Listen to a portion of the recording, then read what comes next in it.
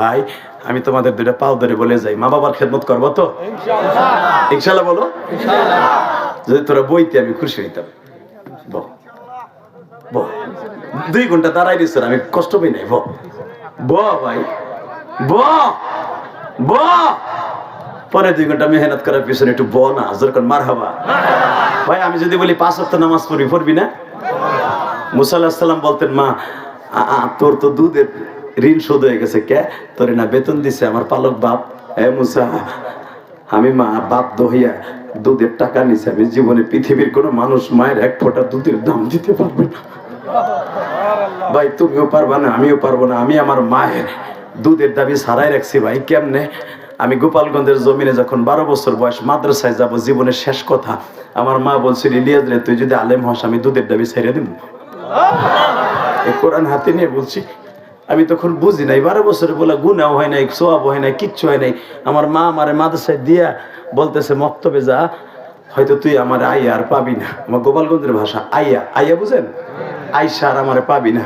সেদিন মা মাকে কাঁদবি কিন্তু মারে পাবি না। আমি কোটালীপাড়া চলে গেলাম, আমার গোপালগঞ্জ মকসিদপুরের থেকে প্রায় 80 কিলোমিটার দূরে। শিখি 3 মাস পরে আইয়া আমি আর আমার মায়েরে পাই নাই। আমার মায়েরে পাইছি। কলিজার ভাই তোরা আমার ওয়াজ দেখছ, আমি জানি। আমার যারা দাওয়াত দিছ তোদের জন্য ধন্যবাদ জানাই। আমি আমার মায়ের আইসা কেমনে পাইছি জানোস ভাই? তোরা ইউটিউবে দেখছ, আমার মায়ের আইয়া পাইছি এরকম কাফনের কাপড় পরে আমার মা শুয়ে রয়েছে। আমার মা শুয়ে রয়েছে। আমার মা শুয়ে। আল্লাহ কবরস্থানে কার জন্য মা শুয়ে আছে? আল্লাহ যারা দাঁড়ায় কান্দে, বসে কান্দে, এই যুবকদের মা বাবাকে মাফ করে দাও। কবরটা জান্নাতের বাগান বানায় দাও। যুবক আমি তোদের 2টা পাও ধরে বলে দিয়ে যাই, মা বাবার কাছে মাঝে মাঝে মাফ চাবি। পারবি না ভাই? পারবি কলিজা? পারবি? এই যে রমজান মাস আসতেছে, কোরআন হাতে নিয়ে বলছি, কোন যুবকের দোয়া আসমানে যাবে না। আমি চ্যালেঞ্জ করে গেলাম। কেন? যদি মা বাবার কাছে মাপ না চায়, রোজা রাখোস, কোনোদিন তো রোজা কবুল হবে না। আমি 2011 সালে কাবাগরের সামনে আমার আব্বারে বুকে নিয়ে মাপ চাইছিলাম।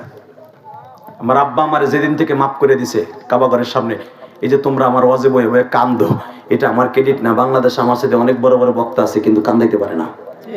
হাসাইতে পারে, কান্দাইতে পারে না।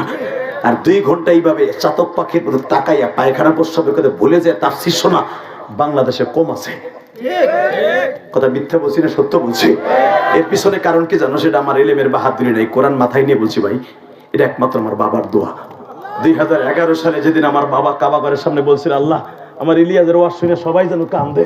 এই দেখ, এই ছেলেটা এখনো কান্দে, এই লোকটা এখনো কান্দে। এটা আমি তারে কান্দতে কই নাই, সে কান্দে। আমি কান্দাই না, সে কান্দায়। কারণ এটা আমার বাবার দোয়া। আমার বাবা বলছিল 2011 সালে, 11 সালের পরে আর আমি কোনোদিন হাসির ওয়াজ করি নাই। এই যে বিড়ি খাওয়ার স্টাইল, জেমসের গান, এই যা পাগলামি সাগলামি দেহস, এগুলো 11 সালের ওয়াজ। 9 সাল 10 সালের ওয়াজ। 11 সালের পরে আমার বাবার দোয়া কবুল হওয়ার পরে আমি আর কান্নার ওয়াজ আর হাসির ওয়াজ কম করছি। এই যে তোরা যে কান্দাছস, আমি জানি কেন কান্দছ, এটা আমার বাবার দোয়া। যার অ্যাকাউন্টে বাবা মায়ের দোয়া আছে, পৃথিবীর শ্রেষ্ঠ সন্তান। আমি তোদের পাও দিয়ে ধরবো, তুই পারবি না বাবারে বুকিনে মাপ চাইতে? আমিও গ্যারান্টি দিয়ে গেলাম, তোর চাকরির অভাব হবে না, তোর টাকা পয়সার অভাব হবে না, তুই কোটি কোটি টাকার মালিক হবি একদিন। আর কিছু না হোক, তো রোজা নামাজ ডাইরেক্ট আসমানে যাবে। 30টা সেকেন্ডে লাভ দিয়ে বলতে পারবো, হুজুর আমার আব্বাই মাঠের মধ্যে আছে, নগদ কোনো বাকি না। আমার আব্বাই মাঠে আছে। বাপ বেটা একসাথে দাঁড়াও, দাঁড়াও। কার কার বাবাই মাঠে আছে? দাঁড়াও। কার কার বাবা আছে? দাঁড়াও।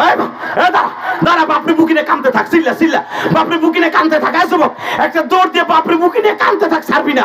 বাপরে বুকিনে কানতে থাক, বাপরে বুকিনে চিল্লাইতে থাক আর কানতে থাক। আর তুই বলতে থাক, আব্বা আমারে মাফ করে দাও, আব্বা আমারে মাফ করে দাও।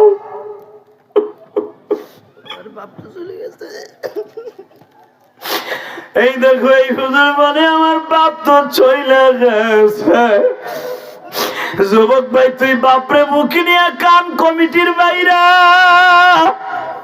তোমার আব্বাই ময়দানে আছে কিনা দেখো। এই যে দেখো, একটা যুবক বাবারে মুখে নিয়ে কাঁদছে।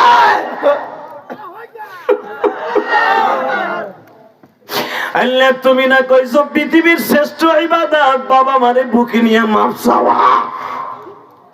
আল্লাহ পাবনা সাথিয়ারকে ফেব্রুয়ারির 1 তারিখ রাইখে গেলাম, এদের মাফ করে দাও আল্লাহ। হাজার হাজার মানুষ দেখো, অনেকের বাপ আছে এই মাঠে, অনেকের বাপ পাইছে নাই, তারা কার কাছে মাফ চাইব? তারা এখন 2 হাত উঁচু করে চিল্লাবে আর কানবে, ফেব্রুয়ারি 1 তারিখ দাও, ডাক দাও, ডাক দাও, আল্লাহকে জোরে একটা ডাক দিয়ে দরখাস্ত দাও, বলো আল্লাহ আমার বাবাকে মাফ করে দাও, আমার মারে কবরে মাফ করে দাও। আল্লাহ এদের বাবা মারে তুমি মাফ করে দাও, এদের সন্তান গুলার ওলি বানায় দাও। এই পাবনা সাতিয়া ফেব্রুয়ারির 1 তারিখ তোমার কাছে রাইখা গেলাম 2025 সাল। বসো, দেখো কেমনে কান্দে, দেখো দেখো। ইলিয়াস রহমান জিহাদিদের শিখাই দেন, এদের বাড়ি গেলে আমি চিনি না। কেন কান্দে জানো? ওই যে আমার বাপরে বুকে নিয়ে কাঁদছিলাম, যে দেখ কেমনে কান্দে, দেখ। দুনিয়ার কারো দোয়াই পাবনা কবুল না হলে এই বাবার দোয়া কবুল হবে তার সন্তানের জন্য, আমি গ্যারান্টি দিয়ে গেলাম। যাদের বাপ এই মাঠে আছে এখনো মাফসি এনে, যুবক তোর জীবনে কোনোদিন অভাব হবে না। তোমার জীবনে অভাব কি জিনিস সেটা বুঝবা না, এখনো সময় আছে বাপরে বুকে নিয়ে কান্দো, এখনো সময় আছে বাবারে বুকে নিয়ে কান্দো। মহিলা প্যান্ডেলে যদি কোনো মা থাকো, মায়ের বুকে নিয়ে কান্দো। বসো, আল্লাহ মাহফিলকে কবুল করে, জোর করে আমিন। এই দেখো এই লোকটা কত দূরের থেকে আসছে, এটা কি তার বাপ? তোমার ভাই? নারাই তাকবীর।